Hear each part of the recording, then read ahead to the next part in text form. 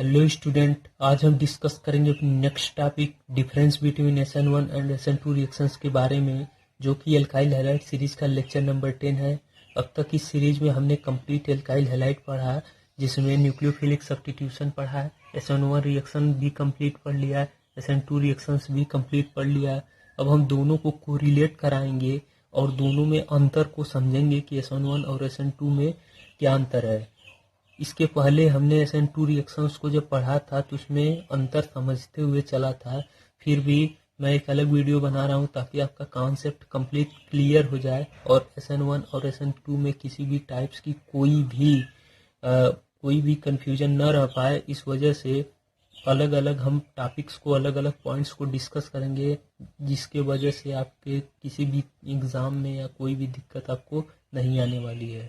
तो ये बहुत ही इंपॉर्टेंट टॉपिक है हर एक बेसिस पे। तो चलिए इसको शुरू करते हैं। देखिए, SN1 रिएक्शंस को हम बोलते हैं सब्स्टिट्यूशन न्यूक्लियोफिलिक यूनिमॉलिक्यूलर, SN2 को बोलते हैं सब्स्टिट्यूशन न्यूक्लियोफिलिक बाईमॉलिक्यूलर। यूनिमॉलिक्यूलर बोलते हैं क्योंकि इसमें single molecule as a reactant involve होता है रिएक्शन में। इसमें दो रिएक्टेंट इन्वॉल्व होते हैं तब आपकी रिएक्शन प्रोसीड होती है, इस वजह से इसको बाईमॉलिक्यूलर बोलते हैं। ठीक, इस रिएक्शंस के सबसे पहले हम SN1 रिएक्शन के स्टेप्स को समझ लेते हैं, इसके मैकेनिज्म को समझ लेते हैं। तो SN1 रिएक्शन जो होती है वो 2 स्टेप्स में इन्वॉल्व होती है, जिसमें स्टेप फर्स्ट में कार्बोकेटायन का फॉर्मेशन होता है। उसके बाद स्टेप सेकंड में न्यूक्लियोफाइल आपका अटैक करता है और आपके सब्स्टिट्यूएंट प्रोडक्ट का फॉर्मेशन होता है। स्टेप फर्स्ट में देखिए, हमने यहाँ पे एक एग्जांपल लिया है फर्स्ट डिग्री अल्काइल हैलाइड का, जिसमें वाटर एज ए सॉल्वेंट और वाटर एज ए न्यूक्लियोफाइल से रिएक्शन करवाया है। तो वाटर एज ए सॉल्वेंट और वाटर एज ए न्यूक्लियोफाइल से जब हम रिएक्शन करवाएंगे तो हमारा सब्स्टिट्यूएंट प्रोडक्ट मिलेगा और लीविंग ग्रुप जो आपका Cl है यहाँ से लीव कर जाएगा। होगा कब? देखिए, सबसे पहले स्टेप्स में कार्बोकेटायन का फॉर्मेशन होता है। तो हमने थर्ड डिग्री अल्काइल हैलाइड लिया है। तो थर्ड डिग्री अल्काइल हैलाइड में को जब हम वाटर एज ए सॉल्वेंट में ऐड करेंगे तो वाटर का जो लोन पेयर होता है, वाटर का जो लोन पेयर, ऑक्सीजन का लोन पेयर, वो अटैक करेगा आपके कार्बन पे और इस बॉन्ड को ब्रेक करेगा, जिसकी वजह से यहाँ से आपका Cl निगेटिव यानी कि लिविंग ग्रुप यहाँ से लीव कर जाएगा। लिविंग ग्रुप जब लीव करेगा तो कार्बोकेटायन का फॉर्मेशन होगा। पहले स्टेप में ये होता है। स्टेप सेकंड में क्या होता है कि आपका कार्बोकेटायन से जब आपका लिविंग ग्रुप कम्प्लीटली लीव कर जाता है तब सॉल्वेंट यानी कि न्यूक्लियोफाइल अटैक करता है आपके कार्बन पे इस वैकेंट ऑर्बिटल में और वहां पे जाके बॉन्ड का फॉर्मेशन करता है। ठीक, उसके अगले स्टेप्स में ये जो ज़्यादा हाइड्रोजन अटैच्ड है, इस हाइड्रोजन को खींच लिया जाता है वाटर एज ए सॉल्वेंट से, जिसकी वजह से आपका सब्स्टिट्यूएंट प्रोडक्ट का फॉर्मेशन होता है। तो यहाँ पे हमने पढ़ा, हमने थर्ड डिग्री अल्काइल हैलाइड लिया। यहाँ पे जो सॉल्वेंट यूज हम करते हैं वो पोलर प्रोटिक सॉल्वेंट यूज करते हैं। पोलर प्रोटिक सॉल्वेंट क्या करता है? ये पोलर पोल्स वाला सॉल्वेंट ये क्या करता है? कार्बन और Cl के बीच के बॉन्ड को ब्रेक कर देता है, जिसकी वजह से कार्बोकेटायन का फॉर्मेशन होता है। ठीक, उसके बाद ये जो रिएक्शन है वो 2 स्टेप्स में होती है। स्टेप 1 में कार्बोकेटायन बनता है और स्टेप 2 में आपका प्रोडक्ट बनता है। यानी कि पहले कार्बोकेटायन बनेगा तब कार्बोकेटायन पे न्यूक्लियोफाइल अटैक करेगा, यानी कि जो न्यूक्लियोफाइल हमने यूज किया वो वीक न्यूक्लियोफाइल है। ठीक, इतना समझ में आया। अब रिएक्शंस जो आपकी है यहाँ पे हमने लिया है केवल यूनिमॉलिक्यूलर, इस वजह से रिएक्शन जो है फर्स्ट ऑर्डर को फॉलो करती है। अब हम SN2 रिएक्शन के मैकेनिज्म को समझ लेते हैं और रिएक्शन को। यहाँ पे जो हमने एग्जांपल लिया वो फर्स्ट डिग्री अल्काइल हैलाइड का है। ठीक, यहाँ पे हमने जो लिया है न्यूक्लियोफाइल वो है स्ट्रांग न्यूक्लियोफाइल, यानी कि H और OH को ब्रेक करेंगे तो H पॉजिटिव और OH नेगेटिव में ब्रेक डाउन होगा और ये आपका निगेटिव आयन जो है वो मोर इलेक्ट्रोनिगेटिव है और ज़्यादा इलेक्ट्रोनिगेटिव होने की वजह से यह कार्बन के ऊपर अटैक करेगा और यहाँ से हाइड्रोजन को X को रिमूव कर देगा और वहाँ से अपने अटैच हो जाएगा, यानी कि सब्स्टिट्यूशन हुआ। सब्स्टिट्यूशन होने के बाद आपका जो प्रोडक्ट मिला यहाँ पे CH3OH और X मिला। ठीक, इसके मैकेनिज्म में होता क्या है कि आपका फर्स्ट डिग्री अल्काइल हैलाइड को हमने यहाँ पे कॉन्फ़िगरेशन फॉर्म में लिख लिया है और यहाँ पे न्यूक्लियोफाइल क्या करता है, वो बैक साइड से अटैक करता है। बैक साइड से अटैक क्यों करता है? क्योंकि फ्रंट साइड से आपका हेलोजन यक्स धीरे धीरे रिमूव होता रहता है। उसके बाद ये स्ट्रॉन्ग न्यूक्लियोफाइल बैक साइड से। यहाँ पे हम सॉल्वेंट की पहले बात कर लेते हैं। सॉल्वेंट हमने यहाँ पे जो यूज किया वो पोलर ए प्रोटिक सॉल्वेंट यूज किया है। यहाँ पे हमने पोलर प्रोटिक सॉल्वेंट यूज किया था, यहाँ पे पोलर ए प्रोटिक सॉल्वेंट यूज किया है। ये सॉल्वेंट क्या करता है, CH3 और X के यानी कि C और X के बीच के बॉन्ड को धीरे धीरे ब्रेक करता है। कंप्लीटली ब्रेक नहीं करता, धीरे धीरे अलग करता है। धीरे धीरे अलग होने की वजह से स्ट्रॉन्ग न्यूक्लियोफाइल इस पर अटैक करता है और यहाँ से कार्बन कंप्लीटली हेलोजन रिमूव हो जाता है और बैक साइड से अटैक करता है। क्योंकि धीरे धीरे ये क्या करता है, यहाँ से हेलोजन आपका रिमूव होता है और नए बॉन्ड का फॉर्मेशन धीरे धीरे होता है। फिर कुछ टाइम बाद ये क्या होता है कि आपका हेलोजन कंप्लीटली रिमूव हो जाता है और आपका OH यानी कि न्यूक्लियोफाइल बैक साइड से बॉन्ड का फॉर्मेशन करता है। ठीक है। अब देखिए इस रिएक्शंस की जो पहली स्टेप होती है वो सबसे स्लोएस्ट स्टेप होती है, जिसको हम बोलते हैं रेट डिटरमाइनिंग स्टेप। यानी कि इसी स्टेप से हम इस रिएक्शन की रेट को डिटरमाइन कर सकते हैं। और सिंगल स्टेप्स की रिएक्शन, डबल स्टेप की रिएक्शन है, ये सिंगल स्टेप की रिएक्शन होती है जिसका पहला स्टेप आपका रेट डिटरमाइनिंग स्टेप होता है। इसी से हम इसकी रेट को डिटरमाइन कर सकते हैं। तो इतना अंतर समझ में आया। तो हमने यहाँ पे समझा कि कौन कौन से मैकेनिज्म इन्वॉल्व हुए और क्या क्या हुआ। अब हम समझेंगे इसके कॉन्फ़िगरेशन के बारे में। ठीक, यहाँ पे हमने कॉन्फ़िगरेशन के बारे में पढ़ा। यहाँ पे देखिए कार्बोकेटायन का फॉर्मेशन हुआ, लेकिन यहाँ पे कार्बोकेटायन का फॉर्मेशन नहीं हुआ। ठीक, यहाँ पे हमें केवल ट्रांजिशन स्टेट मिलती है। यहाँ पे कार्बोकेटायन मिलता है, यहाँ पे ट्रांजिशन स्टेट मिलती है। यहाँ पे बैक साइड अटैक होता है, इसलिए प्रोडक्ट आपका इन्वर्जन मिलता है। यहाँ पे फ्रंट और बैक दोनों साइड से अटैक होता है। ये कार्बोकेटायन आपका फ्रंट साइड से भी अटैक करता है और कार्बोकेटायन आपका बैक साइड से भी अटैक करता है। तो इस वजह से यहाँ पे दो प्रोडक्ट हमारा मिलता है, इन्वर्जन भी मिलता है और ट्रांजिशन भी मिलता है। ठीक है। तो अब हम एक एक स्टेप से समझेंगे इन दोनों के बीच के को लिख लिख के समझते हैं कि क्या अंतर है SN1 और SN2 रिएक्शन में।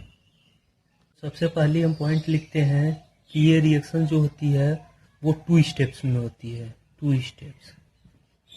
और आपकी SN2 रिएक्शन जो होती है वो सिंगल स्टेप की रिएक्शन होती है। ठीक, यहाँ पे आपने ऊपर समझा। दूसरी बात हम समझेंगे SN1 में 1 है, यानी कि ये यूनिमॉलिक्यूलर है। यहाँ पे जो है वो बाई मॉलिक्यूलर है, बाई मॉलिक्यूलर रिएक्शन है, क्योंकि इसमें दो रिएक्टेंट इन्वॉल्व होते हैं। तीसरे पॉइंट हमने पढ़ा है, जो आप इस रिएक्शन की जो रेट होगी वो फर्स्ट ऑर्डर को फॉलो करेगी, यानी कि फर्स्ट ऑर्डर रिएक्शन है। ये सेकेंड ऑर्डर रिएक्शन है। क्योंकि सबसे पहले फर्स्ट ऑर्डर सेकेंड ऑर्डर क्यों है, हम रेट को समझ लेते हैं। तो SN1 की जो रिएक्शन की रेट होती है, रेट ऑफ रिएक्शन, वो डायरेक्टली प्रोपोर्शनल होती है R यानी कि एल्काइल हैलाइड के कंसंट्रेशन पे और न्यूक्लियोफाइल के नेचर पे डिपेंड नहीं करती। इसके घाते 1 और इसके घाते 0, यानी कि किसी की पावर 0 होती है तो उसको हम 1 मानते हैं। यानी कि जो आपकी रिएक्शन की रेट होती है वो केवल डिपेंड करती है आपके एल्काइल हैलाइड के नेचर पे या एल्काइल हैलाइड के कंसंट्रेशन पे। लेकिन SN2 रिएक्शंस की जो होती है रेट, वो डिपेंड करती है दोनों पे, न्यूक्लियोफाइल के कंसंट्रेशन पे और एल्काइल हैलाइड के कंसंट्रेशन और नेचर पे। ठीक, यानी कि इसकी पावर 1, इसकी पावर 2 पावर यानी कि second order reaction, single power यानी कि फर्स्ट ऑर्डर रिएक्शन। अगले अगले पॉइंट को हम समझते हैं, तो यहाँ पे लिख लेता हूँ। अगले पॉइंट को हम समझते हैं, तो यहाँ पे देखिए हमने जो सॉल्वेंट यूज किया है पोलर प्रोटिक सॉल्वेंट यूज किया है। कैसा? पोलर प्रोटिक सॉल्वेंट यूज किया है। और SN2 में हमने जो सॉल्वेंट यूज किया था वो पोलर ए प्रोटिक सॉल्वेंट था। ठीक है, पोलर ए प्रोटिक सॉल्वेंट था। ठीक, अब देखिए अगली पॉइंट है, जो आपकी अटैक्स होते हैं न्यूक्लियोफाइल का SN1 में, वो दोनों साइड से पॉसिबल है, यानी कि टू साइड अटैक पॉसिबल। और SN2 में जो होता है only back side attack possible. ठीक है। केवल बैक साइड से अटैक होता है, बैक साइड से अटैक पॉसिबल होगा तो हमारा जो प्रोडक्ट मिलेगा वो केवल इन्वर्जन मिलेगा, जो हमारा प्रोडक्ट मिलेगा वो केवल इन्वर्जन कॉन्फ़िगरेशन में मिलेगा। और यहाँ पे दोनों साइड से अटैक होता है, इस वजह से हमें इन्वर्जन और रिटेंशन दोनों मिलेगा। ठीक है, यहाँ पे दो मिलेगा हमें, इन्वर्जन और दूसरा रिटेंशन। देखिए फ्रंट साइड से अटैक होगा तो सेम प्रोडक्ट का कॉपी हो जाएगा, यानी कि प्रोडक्ट आपके रिटेन हो जाएंगे, इस वजह से रिटेंशन और इन्वर्जन दोनों मिलता है। और इसमें केवल इन्वर्जन मिलता है जिसको हम बोलते हैं वाल्डन इन्वर्जन, इसमें कोई इन्वर्जन नहीं होता है। इसमें यहाँ पे देखिए ट्रांजिशन स्टेट मिलती है और यहाँ पे कार्बोकेटायन, इसको भी हम लिख सकते हैं कि SN1 में जो स्टेट हमें मिलती है वो ट्रांजिशन स्टेट होती है। सॉरी, यहाँ पे हमें SN1 में जो स्टेप में रिएक्शन मिलती है उसमें कार्बोकेटायन का फॉर्मेशन होता है,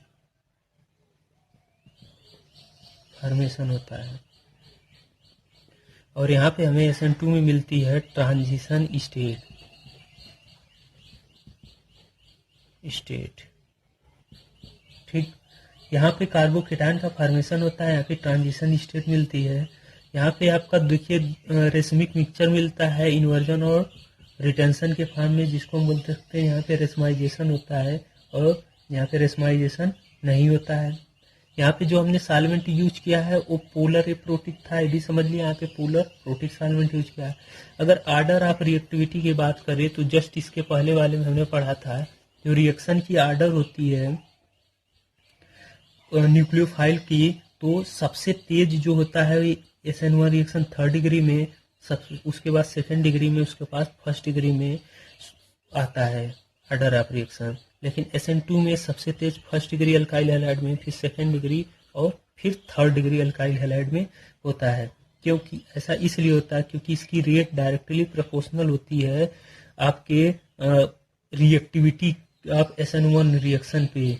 मतलब लीविंग ग्रुप कितना जल्दी लीव कर जाता है और जितना स्टेबल आपका एल्काइल हैलाइड का फॉर्मेशन होता है एल्काइल ग्रुप का, उतना तेज SN1 रिएक्शन होता है। लेकिन SN2 रिएक्शन में न्यूक्लियोफाइल स्ट्रांग होता है, स्ट्रांग न्यूक्लियोफाइल केवल बैक साइड से अटैक होता है, तो यहाँ पे प्रॉब्लम होती है जिसको बोलते हैं स्टेरिक हिंड्रेंस या क्राउडिंग। स्टेरिक क्राउडिंग की वजह से यहाँ पे 3rd डिग्री सबसे स्लो होता है, और यहाँ पे स्टेबिलिटी को देखते हैं तो 3rd डिग्री सबसे तेज होता है। लिविंग ग्रुप को दोनों में एक समान है, जितना जल्दी लिविंग ग्रुप लीव कर जाएगा आपकी रेट ऑफ रिएक्शन उतनी तेज होगी। ठीक है, इसमें अब लास्ट पॉइंट है, इसमें रीअरेंजमेंट होता है और आपके SN2 रिएक्शन में नो रीअरेंजमेंट अकर।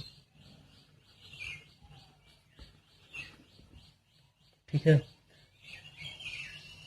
इतना है आपके SN1 और SN2 रिएक्शन मैकेनिज्म में।